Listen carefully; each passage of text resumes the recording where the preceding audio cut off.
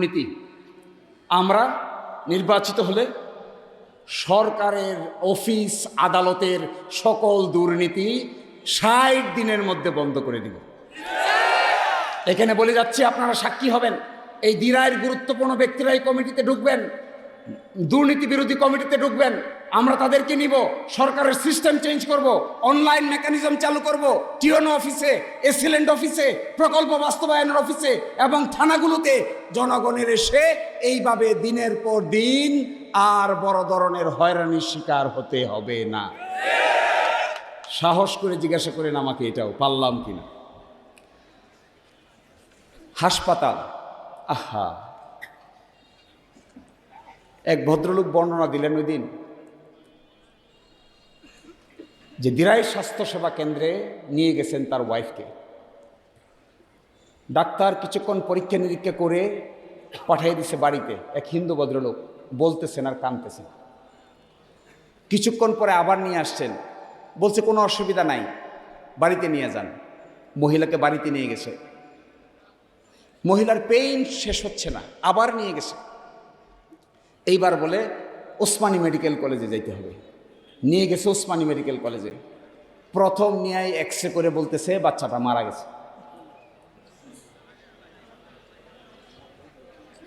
আপনাদের কষ্ট হয় না? আপনাদের চোখে পানি আসে না? আপনাদের মনের ভিতরের মানসিক সত্তাটা ভেঙে খানখান হয়ে যায় না?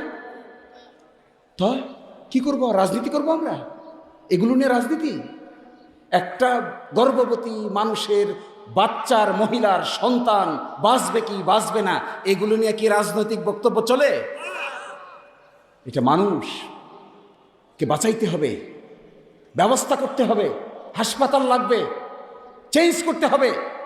পাবলিক হাসপাতালে না হলে প্রাইভেট হাসপাতাল বানাইতে হবে, কম খরচের হাসপাতাল বানাইতে হবে, বিদেশ থেকে লোক আনতে হবে, এই দিরাইতে গড়ে তুলতে হবে, ইউনিয়নগুলোতে গড়ে তুলতে হবে, বড় বড় বাজারগুলোতে গড়ে তুলতে হবে, এই আকিল শাহ বাজারে বানাইতে হবে, এই বোয়ালিয়া বাজারে বানাইতে হবে, টানাখালী বাজারে বানাইতে হবে, শরীফপুর এখানে বানাইতে হবে, দিরাইতে বানাইতে হবে, ওইদিকে বানাইতে হবে, নিজগাঁওয়ে বানাইতে হবে, ওইদিকে রাহতলায় বানাইতে হবে, ওইদিকে সাল্লার গুঙ্গের গাঁয়ে বানাইতে হবে এবং সর্বশেষ শাসকাই বাজারে বানাইতে হবে।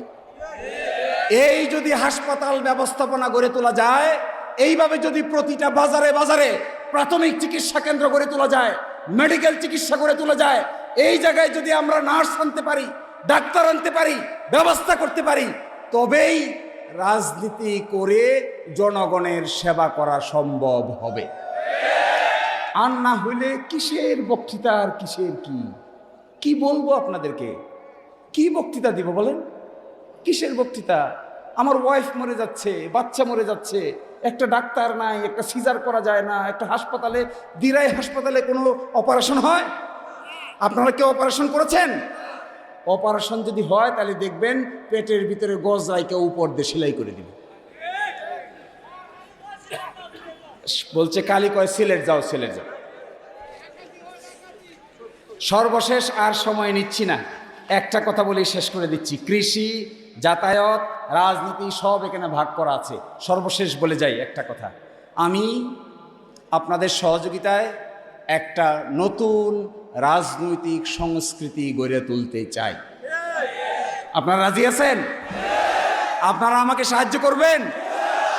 এই নতুন রাজনীতির ১ নম্বর হবে আগামী নির্বাচনে যে প্রচারণা চালাবো আমরা, যে দলেরই প্রার্থী হন না কেন, আমি চেষ্টা করব আমরার আয়োজিত সমাবেশে সকল রাজনৈতিক দলের নেতৃবৃন্দকে দাওয়াত দিতে। When you have the perfect response in your head, but your fingers just... আমি এটা আশা করব অন্যরাও যে সমাবেশ আয়োজন করবেন, ওই সমাবেশে আমাদেরকে বক্তৃতা দেওয়ার সুযোগ করে দিবেন। এটা আশা করতে পারি? এই ধরনের রাজনীতি দেখলে আপনারা খুশি হবেন না বেজার হবেন? সেকেন্ড বলছি, আরেকটা ওয়াদা করে যাই, আল্লাহ তাআলার ফজিলতে আর আপনাদের দোয়ায় আমরা যদি নির্বাচিত হই, আমি ব্যক্তিগতভাবে কোনোদিনই সরকারি কোনো সুযোগ সুবিধা গ্রহণ করব না। এটা আমি আপনাদেরকে সাক্ষী রেখে বলে গেলাম। আমি আশা করব এই অঞ্চলে যারা সংসদ সদস্য প্রার্থী হবেন সকলেই জনগণের সামনে দাঁড়িয়ে বলবেন যে নির্বাচিত হওয়ার পরে গাড়ি বাড়ি প্রটোকল সরকার যেগুলো দিবে এইগুলো সবাই জনগণের জন্য উন্মুক্ত করে দেওয়া হবে। একটা গাড়ি এমপি সাহেব হলে একটা গাড়ি দেয়, জানেন সে কি গাড়ি? একটা প্রাডো গাড়ি দেয়। এই প্রাডো গাড়িটা ট্যাক্স ফ্রি হিসেবে কিনতে দেয়। এই গাড়িটা নিয়ে যে কত দুর্নীতি হয়েছে এই দেশের রাজনীতিবিদরা করেছে, এগুলা বললে মাথা নিচে চলে যায়, আর দুঃখ কষ্টে দেখানোর কোনো জিনিস থাকে না। আমরা বলে যাচ্ছি ওই গাড়ির প্রতি আমাদের বিন্দু পরিমাণ কোনো লোভ নাই। ওই গাড়ির চাক্কা আর ওই গাড়ির প্যাডেল আর গাড়ির কালার আর সিটের প্রতি আমাদের বিন্দু পরিমাণ কোনো আকর্ষণ নাই। ওই গাড়ি যদি আমাদেরকে দেওয়া হয়, সরকারি কোষাগার থেকে এই গাড়ি যদি ব্যবহার করতে হয়, তাহলে এই গাড়ি ব্যবহার করবে দিরাই সাল্লার আপামর জনগণ। ব্যক্তিগতভাবে শিশির মনিরের গাড়ির কোনো প্রয়োজন নাই। যদি ব্যবহার করি আমার গাড়ি আপনারা আটকাবেন। এই সরকারি গাড়ি ব্যবহার করে কোনোদিন যদি আমি এমপি হওয়ার পরে আপনাদের দরবারে আসি, আপনারা গাড়ি আটকাবেন, আটকায়ে আমাকে এক বিন্দু পরিমাণ নড়তে দিবেন না। জিজ্ঞাসা করবেন আপনি বলেছিলেন গাড়ি ব্যবহার করবেন না, এখন যে গাড়ি ব্যবহার করেছেন জবাব দেন। সেই দিন আমি আপনাদেরকে বিনয়ের সাথে এই জবাব দিতে চাইব যে গাড়ি ব্যবহার করতে চাই নাই, গাড়ি ব্যবহার করেছি। যদি আমি বুঝতে পারি আমি ভুল করেছি, আমি সঠিক করি নাই, আমি আপনাদেরকে সাহসের সাথে বলে দিচ্ছি, যা বলছি এ যদি আমার দ্বারাই ভায়োলেট হয়, আমি যদি এর ভায়োলেশন করি, আমি যদি এটা ভঙ্গ করি, আমি এমপি পদ থেকে স্বেচ্ছায় ইস্তফা দিয়ে চলে যাব। যদি কারো সাহস থাকে রাজনীতি করার ক্ষেত্রে রাজনীতিবিদদের, আমি নিজের ভোগ বিলাসের চাইতেও রাজনীতিবিদদের সম্মান নিয়ে আমি খুবই চিন্তিত। কারণ গাঁও গ্রামে গেলে দেখা যায় বক্তৃতা দিচ্ছে রাজনীতিবিদ আর পিছন দেয়া মানুষ বাটপার বলে কথা বলতেছে। আমি 300 কতটা গ্রামে গিয়েছি, বক্তব্য দিচ্ছি আমরা এখানে, পিছন থেকে এসে মানুষ মন্তব্য করছে, আমার কাছে ভিডিও রেকর্ড আছে। এই বক্তব্যের পরে একজন আরেকজনকে গল্প করছে যে কতজন তো কত কথা কইল, উনিও দেখি আরো কথা কয়, উনিও তো আগের মতো একই কাজ করবে, সুতরাং এদেরকে আর বিশ্বাস করা যায় না। ওই দিন মনে হয়েছিল আর নির্বাচন সেরে ঢাকায় গিয়া হেলিকপ্টারে ঢাকায় চলে যায়। কত অসম্মান, কত অশ্রদ্ধা, কত বেইজ্জতি আমাদের, বিশ্বাস করে না মানুষ বলে রাজনীতিবিদরা এইভাবেই বলে। তো আমি আপনাদেরকে শেষ অনুরোধ করে যাই, দিরাই সাল্লাহ হিন্দু মুসলমানের বসবাস, দিরাই সাল্লাহ সকল ধর্ম মতের বসবাস, দিরাই সাল্লাহ ভাটি অঞ্চল হাওরের বসবাস। এই বসবাসতন জায়গাটাকে আমাদের মাতৃভূমি, এটা আপনার মাতৃভূমি, এটা আমার মাতৃভূমি, এটা মৌলানা সাহেবের মাতৃভূমি, এটা হুজুরের মাতৃভূমি, এটা হিন্দু ভদ্রলোকের মাতৃভূমি, এটা আমি মুসলমানের মাতৃভূমি। আমরা এই মাতৃভূমির অংশীদার, এই মাতৃভূমির জনগণ আমরা।